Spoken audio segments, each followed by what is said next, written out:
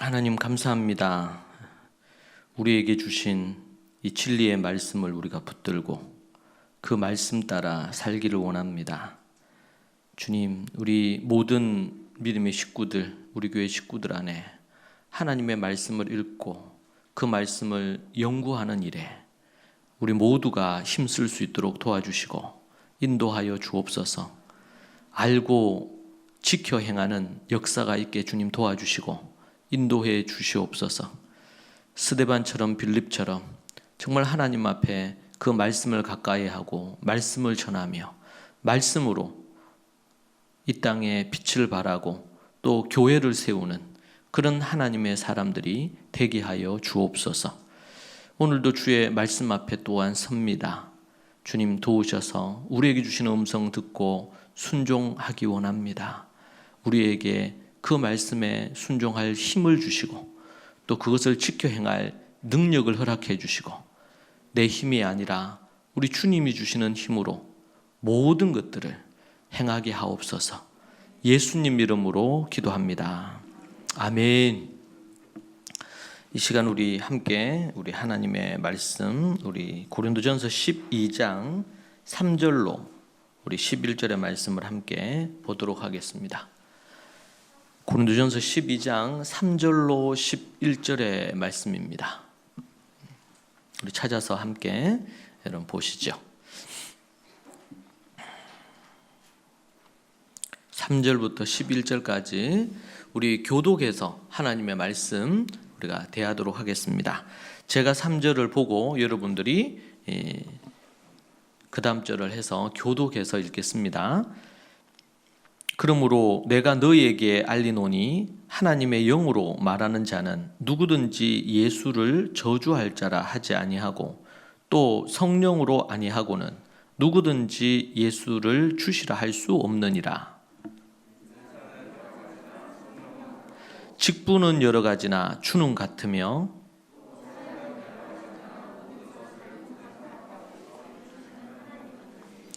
각 사람에게 성령을 나타내심은 유익하게 하려 하심이라.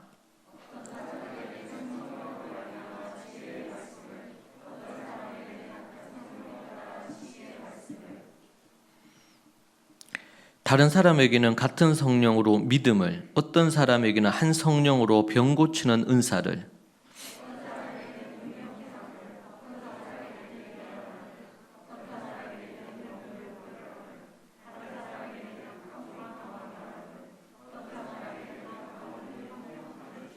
같이 봅니다.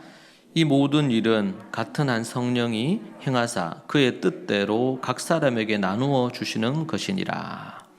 아멘.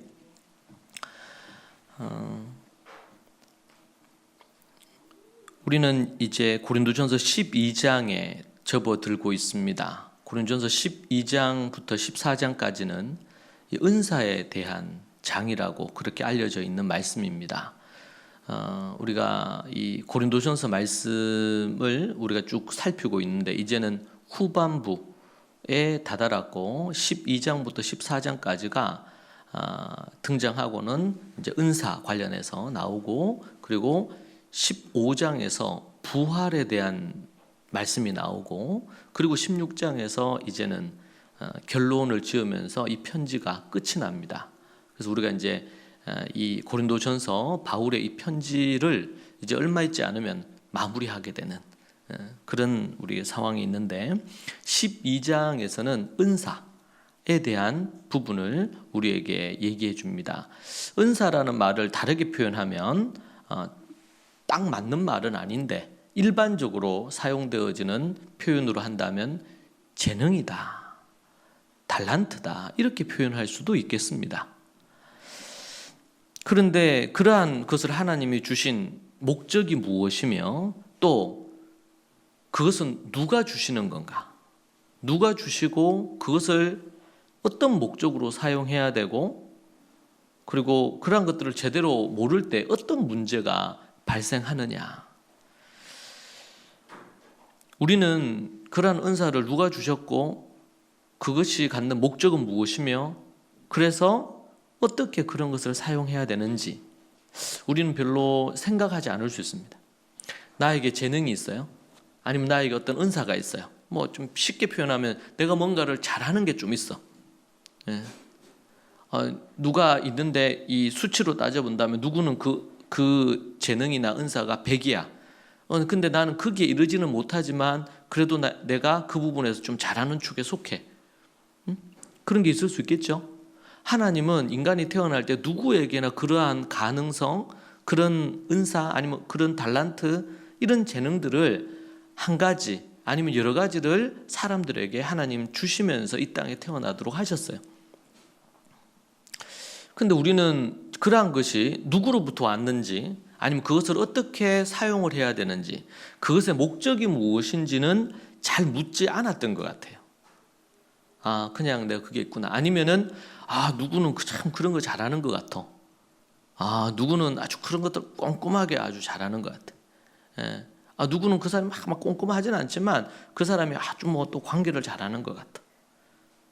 우리가 이제 그 자체에 관심을 가지기는 하지만 그것이 어디로부터 왔는지, 그것을 무엇을 위해 그걸 해야 되는지, 그리고 그것이 잘못 사용되어졌을 때 어떤 문제가 생기는지, 아니면은 그것보다 더 중요한 것이 있는지, 이런 부분에 대해서 우리가 생각하지 않고 지나쳐 버릴 때가 있죠.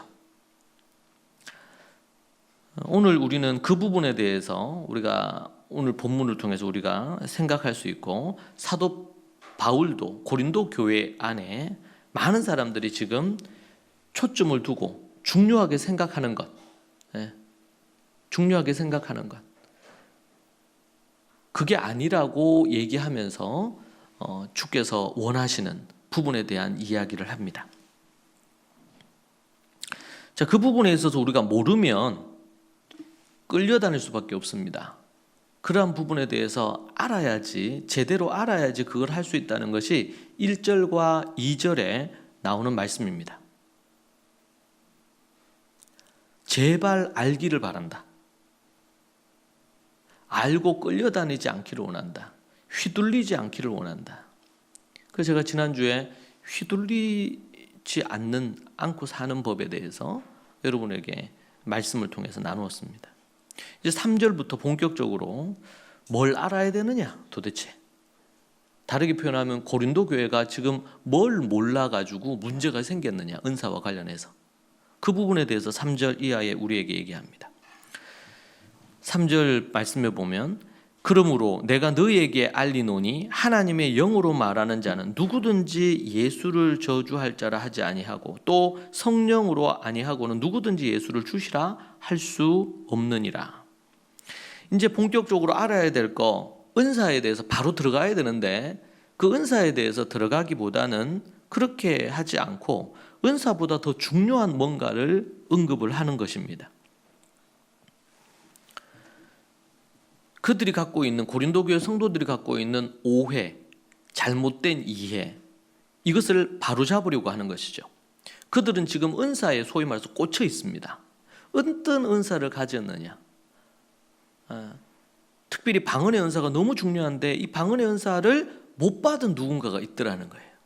어떻게 방언의 은사도 못 받았느냐, 이러면서 이제 문제가 생기고, 각종 은사가 있는데 그 은사 중에 과연 어떤 은사가 중요하냐, 눈으로 드러나는 이 방언처럼 아주 특별한 부분, 아니면은 능력 행하는 거예요.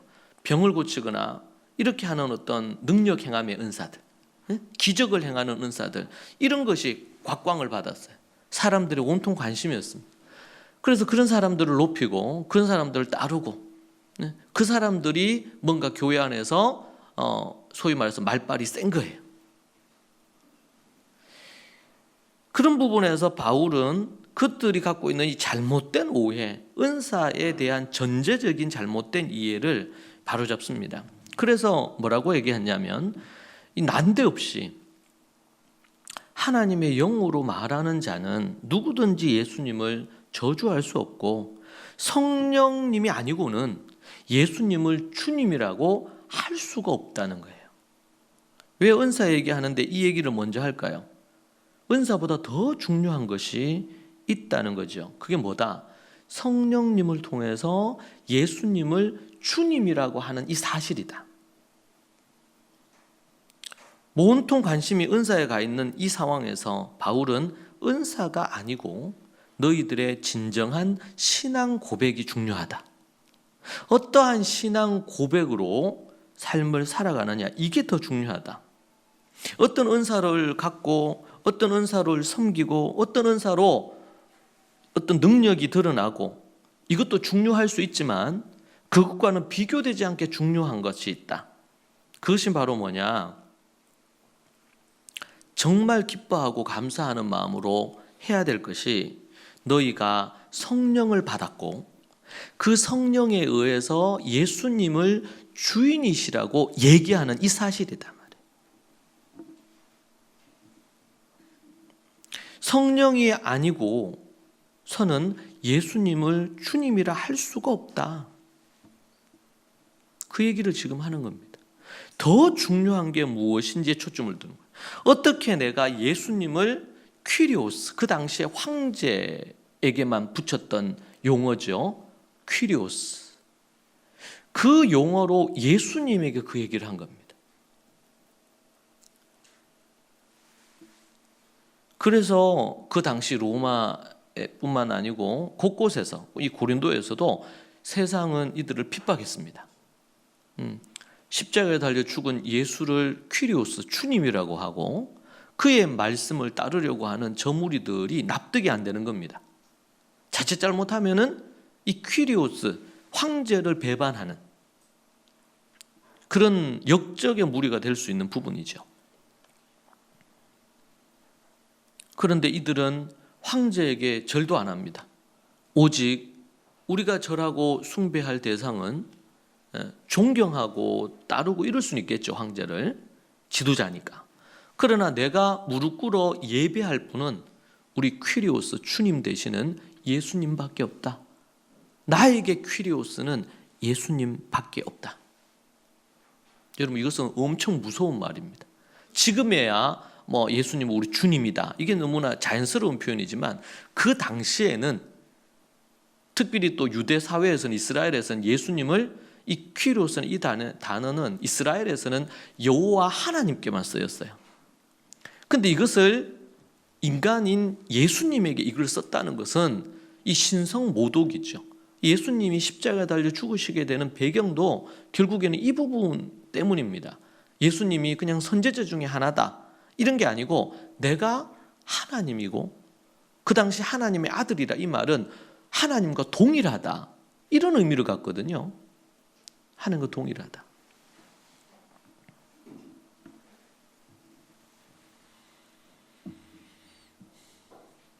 그런데 이 고백을 할 수 있다는 거예요.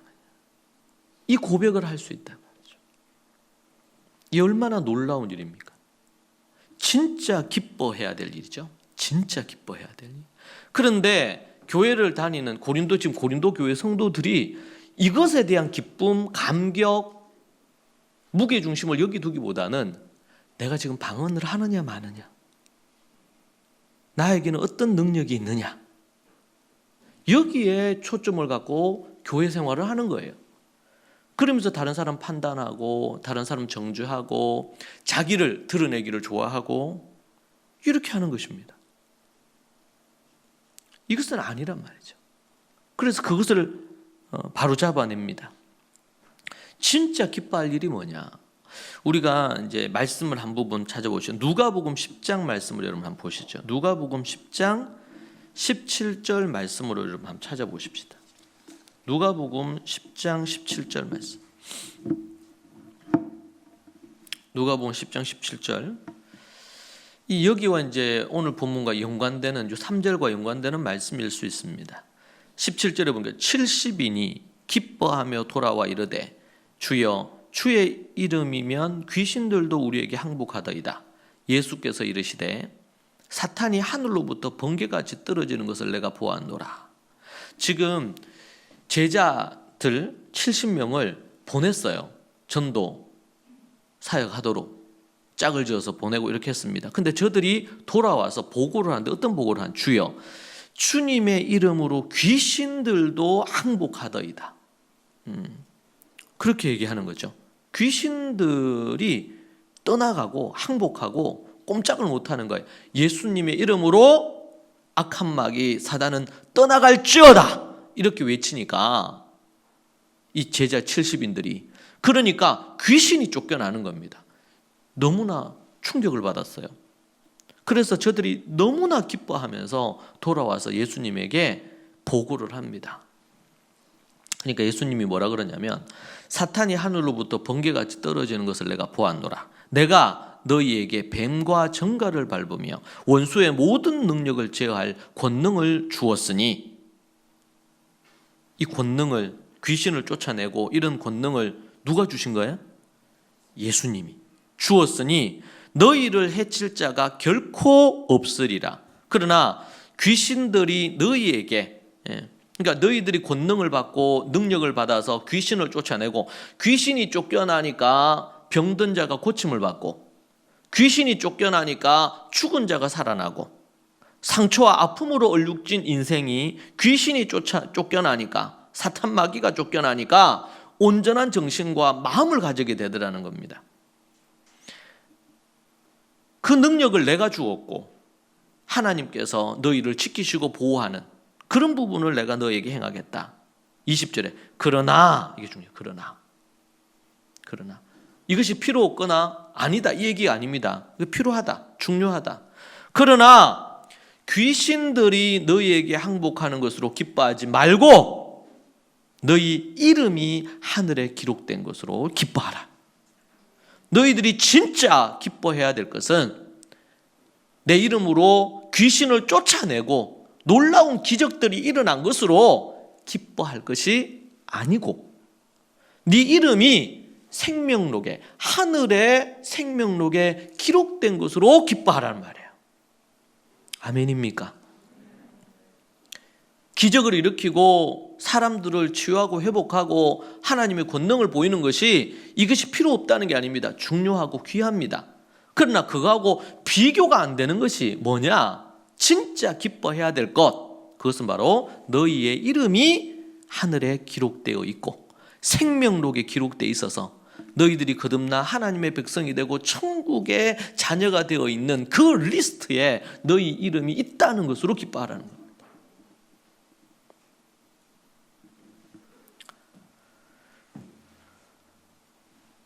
근데 우리는 자꾸 눈에 보이는 이런 현상에 자꾸 관심을 갖거든요.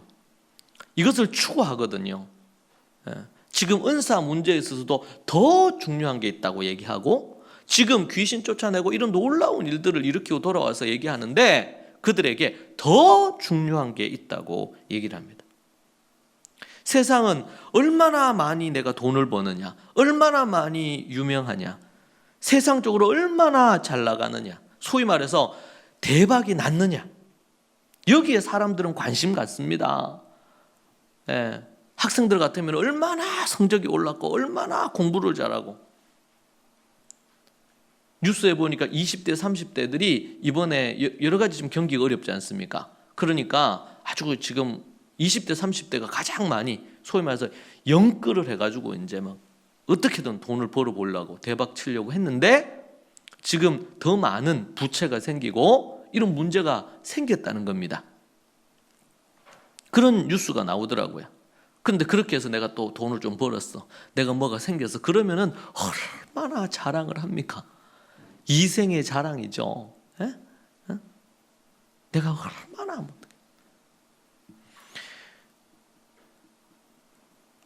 인생을 살아가면서 그런 돈이나 이런 것들이, 물질이 필요하지 않는 게 아니고 중요하죠. 그런데 진짜 중요한 것은 그게 아니란 말입니다.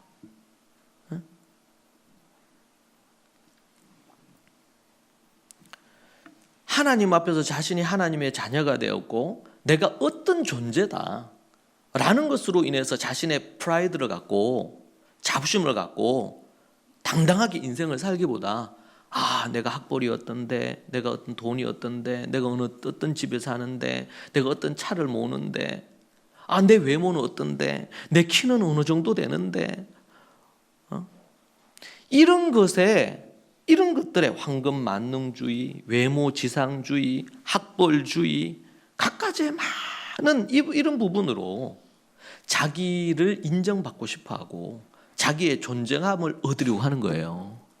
여러분, 이런 것들이 필요한 겁니다. 그런데 돈이 필요한데 돈으로 그치지 않고 황금만, 그거 오직 돈으로 모든 것들을 다, 모든 결정을 돈 따라하고 모든 어떤 부분들에 대한 결정 그걸로 돈으로, 그게 황금 만능주의. 이거는 돈이 신이 된 거예요.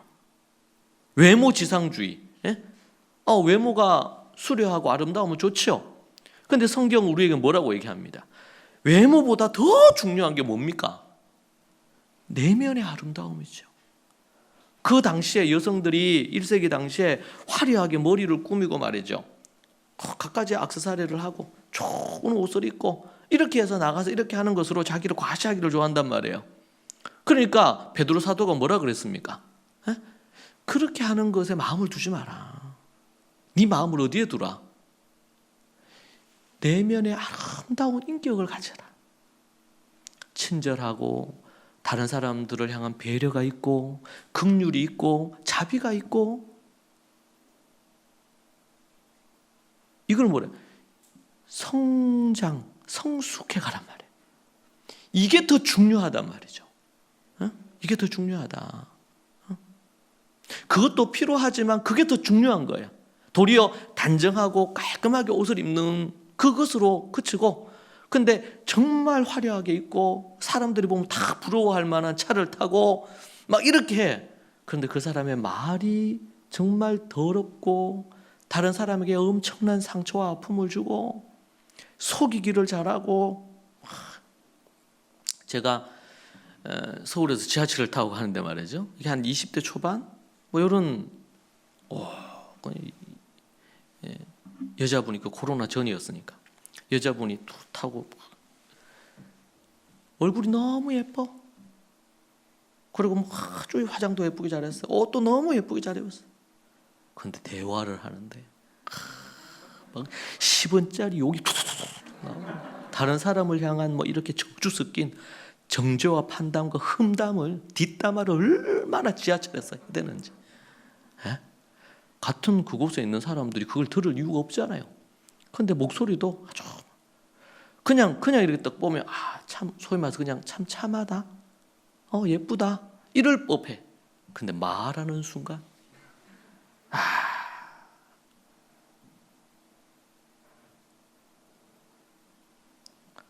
그런데 자꾸 외모를 어떻게 하려고 자꾸 뭔가를 고치잖아요. 필요에 따라서 어떤 것들을 할 수는 있겠죠. 근데 정말 진짜 중요한 게 뭐냐 말이에요. 사람의 마음이거든요. 마음이거든요. 그래서 그런 얘기 하잖아요, 어른들이. 뭐 결혼하거나 이렇게 하고 좀 잘생긴 사람, 예쁜 사람 결혼해서, 아니 얼굴 뜯어먹고 살 것도 아닌데 그렇게 너무 마음이 이뻐야 된다. 근데 뭐 세상 남자들은 무조건 뭐가 됐든 간에 여자는 이뻐야 된다. 이쁘면 다 용서된다. 이게 외모 지상주의, 우상화에 빠져 있는 거예요. 예수님이 그렇게 생각합니까? 하나님이 그렇게 생각합니까?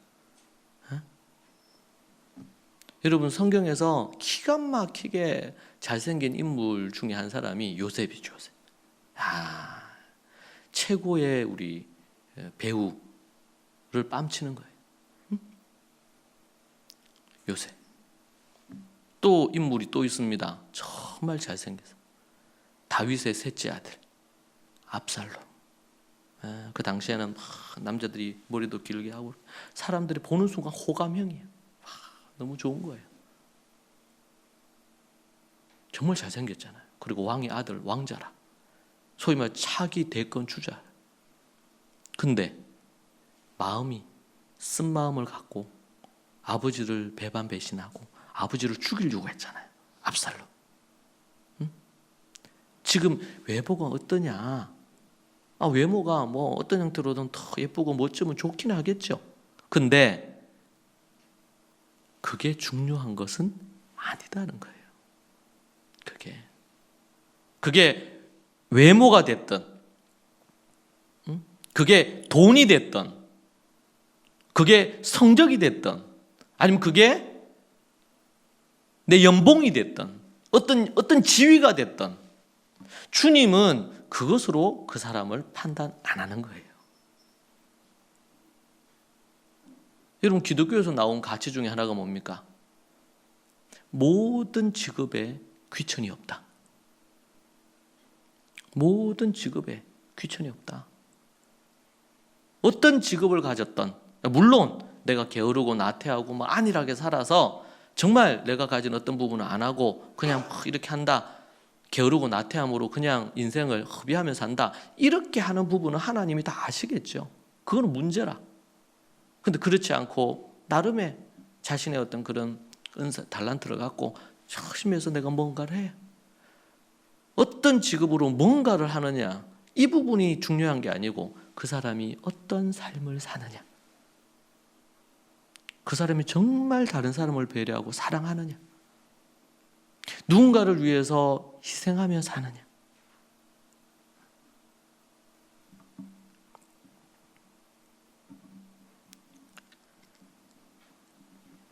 하나님을 정말 경외하느냐, 겸손하냐, 정직하냐, 정결하냐, 난잡하게 인생 살지 않느냐,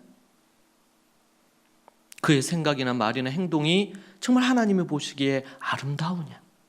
여러분, 하나님의 마음에, 다윗이 하나님의 마음에 합한 사람이잖아요. 다윗이 하나님의 마음에 합하다고 할 때, 하나님의 마음에 합하다고 할 때 그 근거는 뭡니까? 10대 때 하나님의 마음에 합했어요. 다윗이. 그가 왕이 돼서? 아니죠. 자기에게 맡겨진 그 목동, 아버지도 별로 인정도 안 해. 예. 그래서 이새가 왔을 때 아들들 부르라 그럴 때 말째잖아요. 괜히 와서 그냥 분답게 할 수 있어. 그냥 양이나 치고 있어. 이 정도였어요. 그런데 그 다윗은요, 나름 하나님과의 관계가 있었어요. 할 수 있는 대로 뭐 하고, 자기에게 주어져 있는 목동으로서 일을 충실하게 하면서, 나타났을 때 하나님 앞에 기도하면서 이 양들을 삼키려고 하는 이리 때나 이런 것들 하면서 하나님 앞에 기도하면서 하나님의 이름으로 저들과 싸워가지고 이기고 막 이렇게 하잖아요. 그러면서 그것이 언제 나타나요? 골리앗 앞에 섰을 때 나타나죠. 사울 앞에서 얘기하잖아요. 내가 목동으로 목자로 있으면서 그걸 할 때에 하나님이 나와 함께 해주셔가지고 내 양떼들을 지킬 수 있었다고. 어디 감히 저 할례 받지 못한 저것이 감히 우리 하나님 여호와를 욕되게 하고 욕하고 저주하냔 말이에요. 견딜 수 없는 의로운 분노를 갖고 하나님을 향한 열심을 갖고 니는 칼과 단창으로 나오지만 나는 여호와의 그분의 이름으로 나아간다. 그리고 나서 해서 탁 죽이고 골리앗의 칼을 빼가지고 목을 잘라버립니다.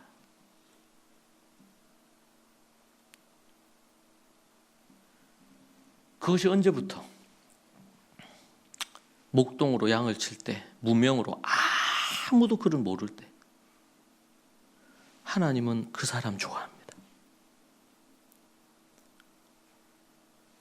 그가 하나님을 예배하고 하나님을 사랑하는 사람이니까. 아버지도 무시하고 홍조 띈 얼굴에 그냥 그래, 어리고, 저는 장군이지만 너는 어린아이잖아. 근데 하나님은 그 사람 좋아하는 거예요. 내 마음에 합하다. 그리고 하나님은 딱 찍었어요. 왕으로. 그가 싸움을 잘해서, 그가 돈이 많아서, 그가 소위 말해서 능력자라서 그렇게 한 게 아니란 말이에요. 여러분, 똑같이 부자가 됐는데 주님으로 인해서 부자가 된 사람이 있고요, 자신이 열심히 뭔가를 해가지고 세상적인 방법으로 부자가 된 사람이 있어요. 부자가 된 사람. 앞을 봅니다. 딴짓 하지 말고 앞 보세요. 딴짓 하면 자꾸 신경 쓰여 목숨 설교를 못해요.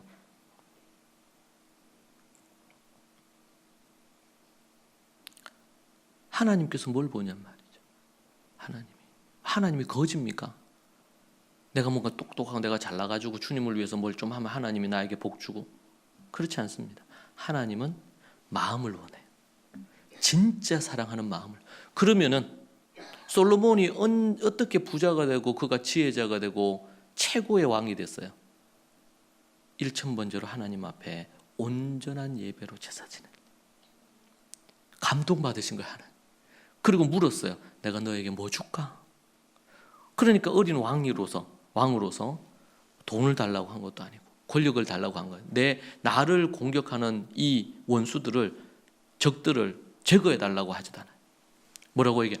하나님이 나에게 맡기신 이 백성들을 이끌 수 있는 지혜를 주십시오. 지혜를 주십시오. 그 얘기를 듣는 순간 하나님의 마음이 확 솔로몬에게 딱 꽂힌 거예요. 그래서 뭐예요? 돈도 주고 명예도 주고 권력도 주고. 솔로몬이 달라고 안 한 모든 걸 다 주잖아요. 역사 속에 지금까지도 최고의 왕이지만 최고의 부를 누렸던 사람이 솔로몬입니다. 솔로몬은 지금으로 얘기한다면 박사학위만 수십 개를 갖고 엄청난 책을 썼습니다. 새부터 동물 모든 관련된 부분에 있어서 정말 박식했어요. 이게 어떻게 가능해요? 인간적으로 노력해가지고는 그게 불가능해요. 하나님이 하나님의 지혜와 지식의 영을 부어주시니까. 다니엘이 어떻게 하나님 앞에서 꿈을 해몽하는 능력을 갖고 나라가 바뀌고 정권이 바뀌지만 늘 2인자로 있으면서 그렇게 했습니까? 1장에 보니까 하나님 앞에 뜻을 정해서 하나님의 계명을 지키기 위해서 목숨을 거는 거예요. 그것을 보시고 하나님 감동받으신 거예요. 감동을.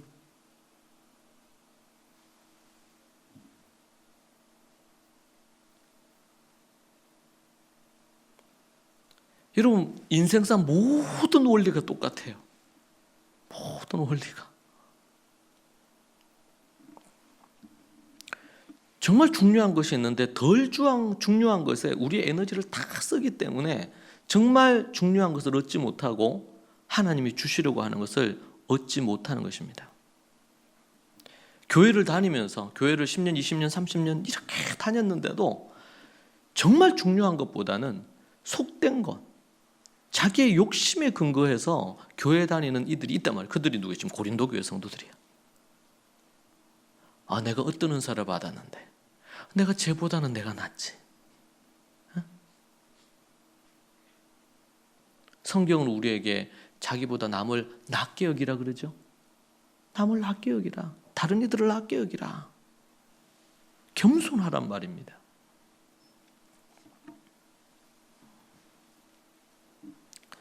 사도 바울이 말합니다. 내가 더 나은 인간이라고 생각하고 나는 이런 은사도 있다고 하고 나는 멋지다고 생각하고 나는 이렇게 외모적으로도 키고 크고 예쁘고 뭐 그런 게 아니고 정말 네 이름이 생명록에 기록된 것으로 기뻐하란 말이에요. 네가 하나 예수님을 주님으로 고백하면서 성령님이 네 안에 계셔서 주님으로 고백하는 인생을 살게 된 것을 기뻐하라. 그걸 기뻐하고 즐거워하라.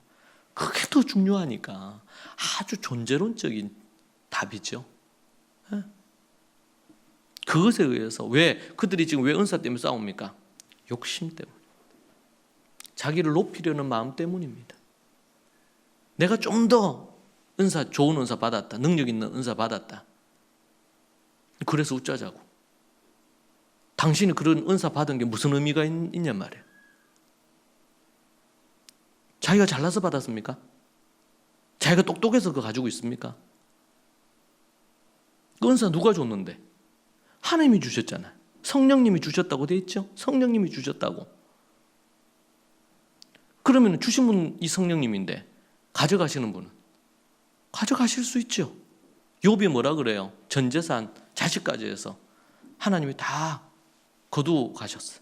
뭐라 그럽니까? 주신 분도 하나님이시고 거두신 분도 하나님이신데 내가 뭐라 하겠나 말이에요. 참 대단한 고백입니다. 그 말은 뭐냐면 욥이 가지고 있던 재물, 재산, 심지어 자식까지도 욕심으로 가지고 있지 않았단 말이에요. 내 것이라 여기지 않았어요. 성령님이 주신 거구나. 여기서 뭐가 나옵니까? 기독교에서 중요한 사상이 나와요. 청지기 의식이 나와요. 내가 가진 모든 건 내 것이 아니다. 재물, 내 자식, 내가 갖고 있는 소유하고 있는 것들, 아니 내가 갖고 있는 이런 달란트, 내가 갖고 있는 은사,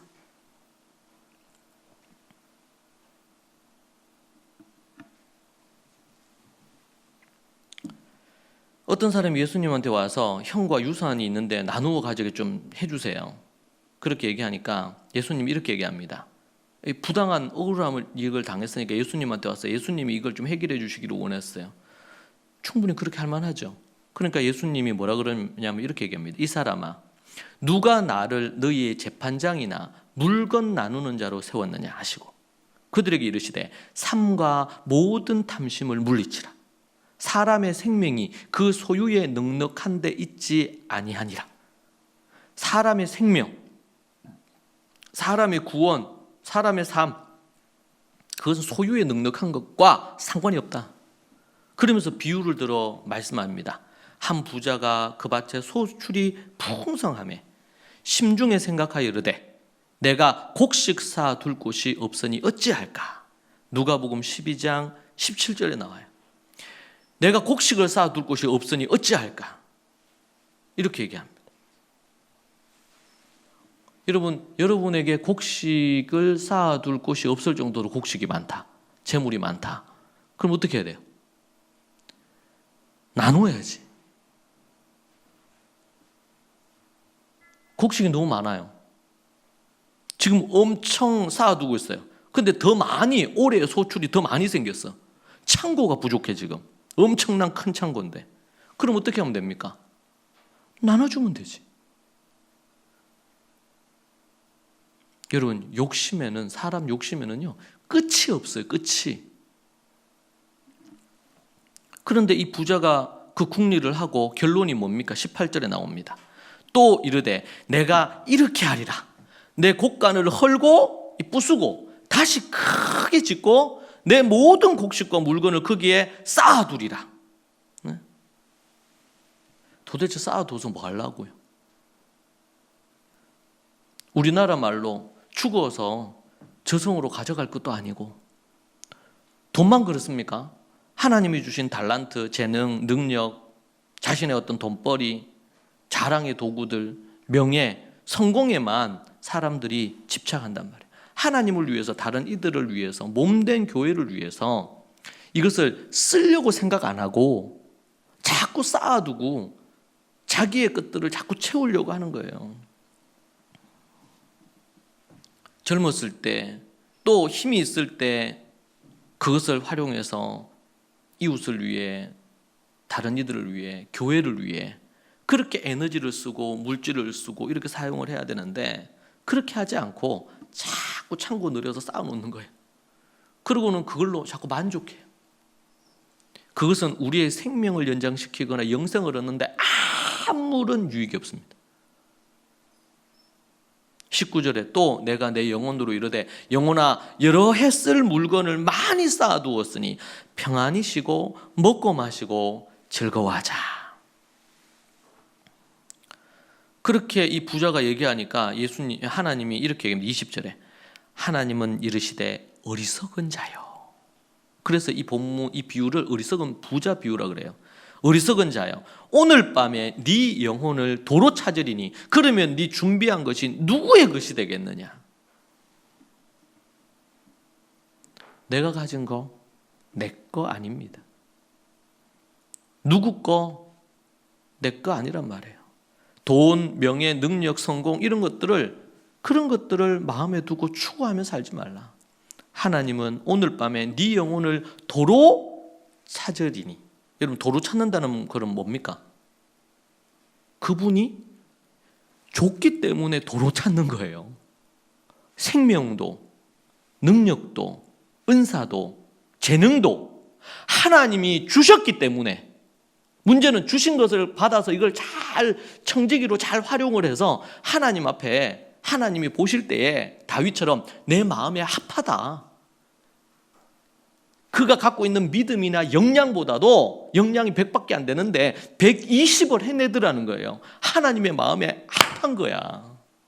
웬만한 어른보다 나은 거야, 다윗이. 그러니까 하나님의 마음이 너무 합하죠. 기가 막힌단 말이에요. 내가 너와 네 자녀, 네 자손들까지 복의 복을 더해 주겠다. 그게 이미 10대 때 하나님이 다윗에게 약속한 겁니다.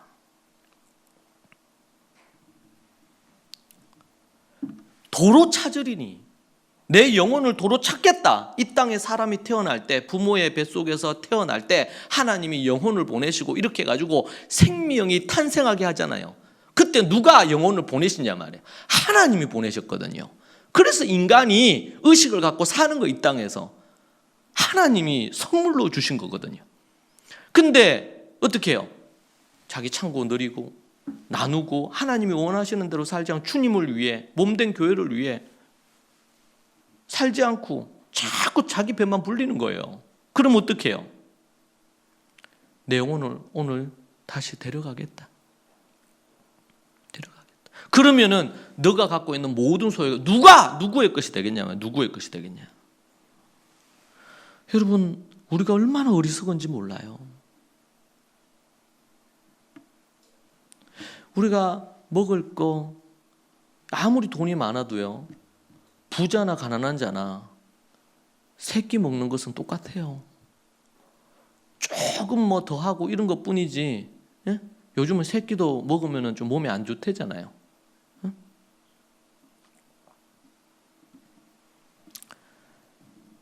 어리석단 말이에요. 네 영혼을 내가 도로 데려가겠다. 21절에 자기를 위하여 재물을 쌓아두고 하나님께 대하여 부유하지 못한 자가 이와 같으니라. 자기를 위해 재물 쌓지 말고 하나님께 대하여 부유하라. 하나님께, 그리고 이웃에게 베풀라는 말입니다. 오늘 말씀 보니까 하나님께 대하여 부유하지 못한 자, 하나님께 대하여.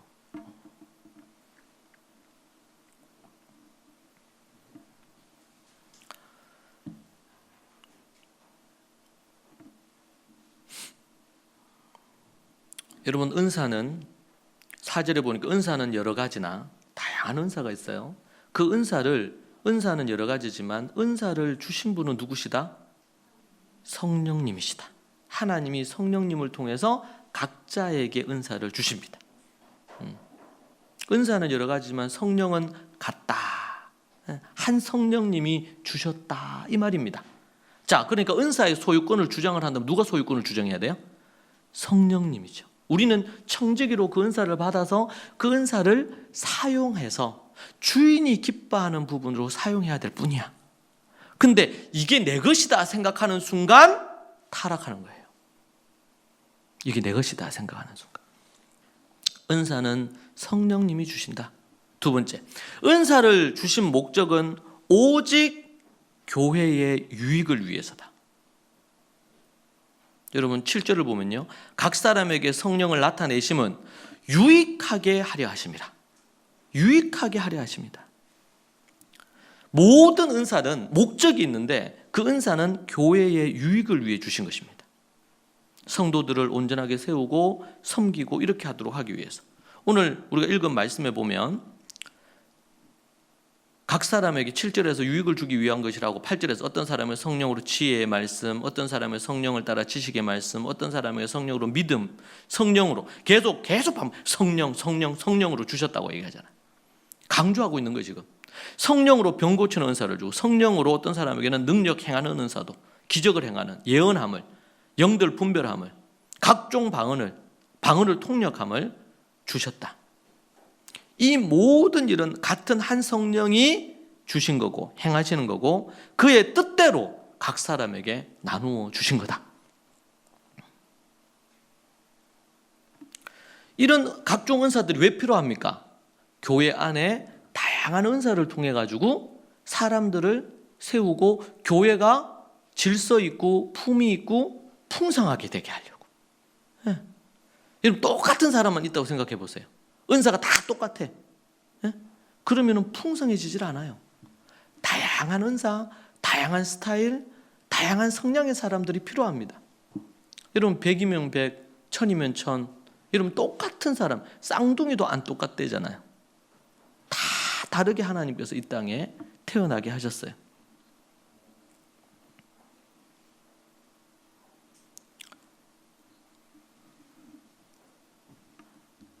성령님이 우리에게 은사를 주시고 그 은사는 교회의 유익을 위해 주신 거예요.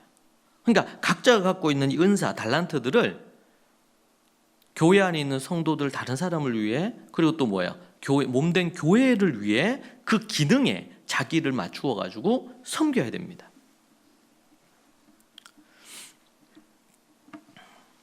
고린도전서 14장 5절에 이런 말씀도 합니다. 나는 너희가 다 방언 말하기를 원하나 특별히 예언하기를 원하노라. 만일 방언을 말하는 자가 통역하여 교회의 덕을 세우지 아니하면 예언하는 자만 못하니라. 교회의 덕을 세우기 위하여, 방언도 예언도 교회의 덕을 세우기 위하여. 6절에 그런즉 형제들아 내가 너희에게 나아가서 방언을 말하고 계시나 지식이나 예언이나 가르치는 것을 말하지 아니하면 너희에게 무슨 유익하리요. 계속 유익하냐 유익하지 않느냐에 초점이 있는 거죠. 14장 12절에도 그러므로 너희가 영적인 것을 사모하는 자인즉 교회의 덕을 세우기 위하여 그것이 풍성하기를 구하라. 덕을 세우기 위하여 교회의 보탬이 되고 교회의 덕이 되고 교회의 해가 되는 게 아니고 교회의 덕이 되고. 그래서 우리가 말을 할 때도 이게 교회의 덕이 되냐, 우리가 어떤 생각을 할 때도 이게 교회의 덕이 되고 우리 성도들에게 덕이 되냐, 우리가 어떤 행동을 할 때 이게 교회의 덕이 되고 하나님께 영광이 될 거냐, 이걸 생각해야 된다는 거예요. 14장 19절에는요. 그러나 교회에서 내가 남을 가르치기 위해 깨달은 마음으로 5마디 말을 하는 것이 100,000마디 방언하는 것보다 나으니라. 왜 나아요? 5마디 말을 하는 것이, 알아들을 수 있는 말하는 것이 방언으로 알아듣지 못하는 100마디 말보다 5마디 말이 더 유익을 주니까. 20절에 형제들아 지혜에는 아이가 되지 말고 악에는 어린아이가 되라. 지혜에는 성장한 사람이 되라. 26절에서 이렇게 또 얘기합니다. 방언도 있으며 통역함도 있나니 모든 것을 덕을 세우기 위하여 하라. 덕을 세우기 위해서, 유익을 주기 위해서. 근데 지금 고린도 교회는 그런 거 생각 안 하고 내가 지금 내 은사를 과시하는 거예요. 내 자랑하기를 좋아하는 거예요. 그래서 여기 보면 이제 은사가 하나예요. 은사가 다양하지만 성령은 하나예요. 직분은 여러 가지지만 예수님은 한 분이세요.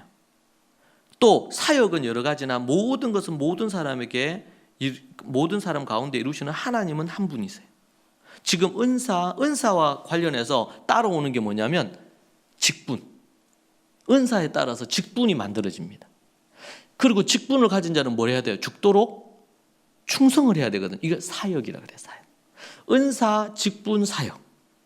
각자가 갖고 있는 달란트를, 하나님이 주신 은사를 활용해서 직분을 맡아서 그 직분을 충성되게 사역을 감당하는 거거든요. 그러니까 이 은사와 직분과 사역은 이거는 연결이 돼 있어요.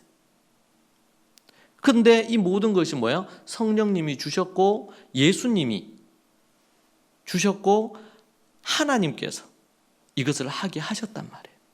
성삼위 하나님이 등장하잖아요. 지금 이 부분에 있어서 은사는 다양하지만 삼위 하나님이 주셨고 삼위 하나님 그분이 한 분이시다.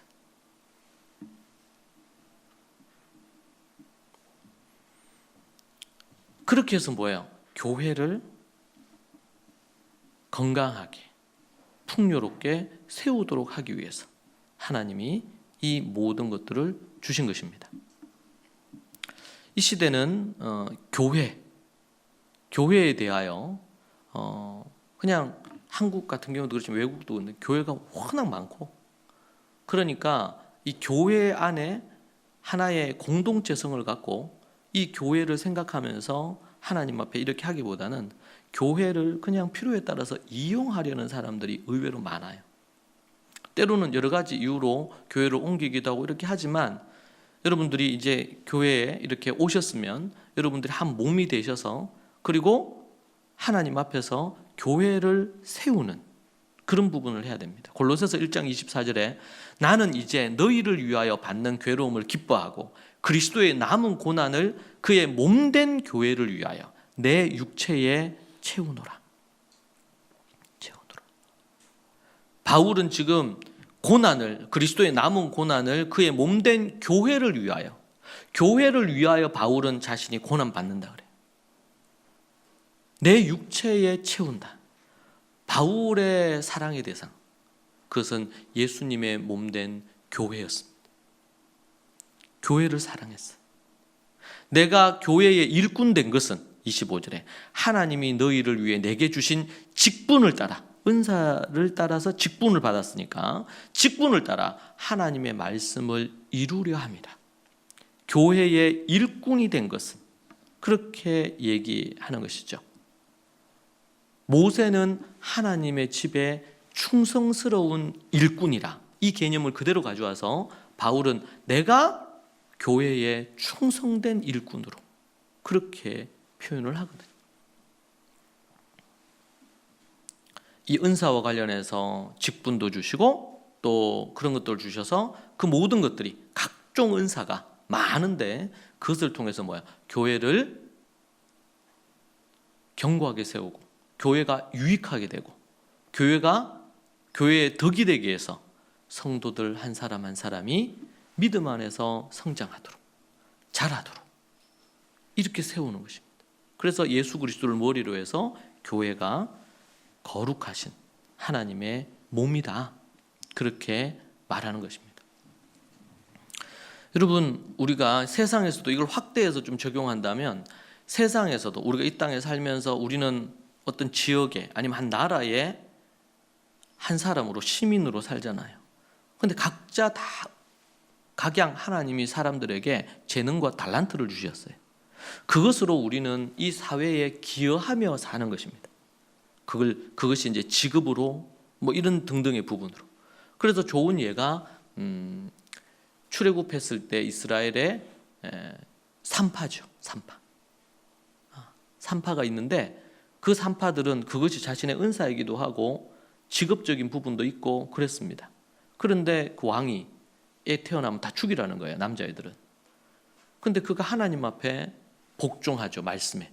그건 하나님이 원하시는 게 아닙니다. 아무리 왕이 얘기했어도 내가 죽을지언정 내가 이 아이들의 생명을 살리리라. 그래서 지혜롭게 그걸 합니다. 그러니까 하나님이 어떻게 해요? 너무 기뻐하시는 거예요, 그걸. 그 사람이 갖고 있는 은사나 직분 아니면 직업을 갖고 하나님 앞에 올바로 했어요. 그러니까 하나님이 그 집안 자체를 흥황하게 하셨다. 아멘.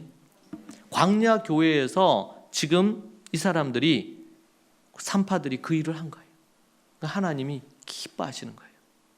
여러분, 우리는 하나님의 뜻을 쫓아 확대한다면 이 세상을 살면서 좀 더 빛된, 좀 더 세상을 아름답게 만드는 그런 일을 우리가 이 땅에서 해야 될 것이고, 하나님이 우리에게 주신 은사는 오직 교회를 위하여, 교회가 덕이 되고 교회의 영광이 되도록 하기 위해서 그 일을 하라는 것입니다.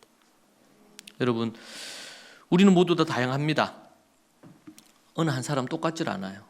그런데 성삼위 하나님이 한 분이셔서 우리에게 이 모든 것을 주신 것처럼 다양한 여러분들이 하나가 돼서, 한 몸이 돼서 주님을 위하여 또 성도들을 위해서 교회의 덕이 되는 그런 인생을 사시기를 바랍니다. 기도하겠습니다. 하나님, 감사합니다. 우리 사랑하는 믿음의 식구들을 붙들어 주시고 오직 진리의 말씀을 붙들고 믿음으로 나아가기에 부족함이 없게 하옵소서.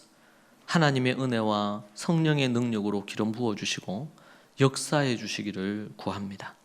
아버지 하나님, 우리가 다 다양하고 다르지만 오직 한 분 성삼위 하나님, 그분이 주시고 그분이 우리에게 허락하신 그 하나됨을 우리가 지킬 수 있도록 도와주옵소서. 은사가 중요하지 않고 그 은사 너머에 예수 그리스도를 주인으로 모시고 우리의 생명록에 우리의 이름이 적혀 있는 것으로 기뻐하는 인생 되게 하옵소서. 예수님 이름으로 기도합니다. 아멘.